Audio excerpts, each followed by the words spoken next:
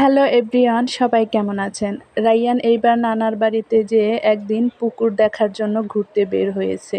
তো পুকুরের কাছে যেয়ে দেখে যে বাচ্চারা পুকুরে সাঁতার দিচ্ছে এবং অনেক মজা করতেছে।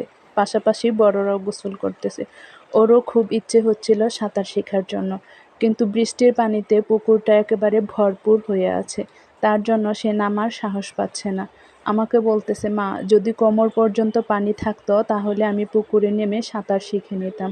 তো আমি বললাম, ঠিক আছে, সামনের বার আমরা যখন আসব তখন শীতের সময় থাকবে, পুকুরের পানি শুকিয়ে যাবে, তুমি সাঁতার শিখতে পারবে। এটা শোনার পরে সে অনেকটা খুশি হয়ে গেল, কারণ বাচ্চারা কোনো কিছু মন থেকে চাইলে সেটা করতে না পারলে তাদের মধ্যে আফসোস থেকে যায়। আর এদিকে দেখেন, আইমান তার কাজিনকে জোর করতেছে পুকুরে নামার জন্য, কিন্তু ও গোসল সেরে নিয়েছে, সেজন্য নামতে চাচ্ছে না। আর বাচ্চারা অনেক মজা করে গোসল করতেছে। তো সবাই দোয়া করবেন সামনের বার যেন রাইয়ানকে সাঁতার শিখাতে পারি। ভালো থাকবেন। আসসালামু আলাইকুম।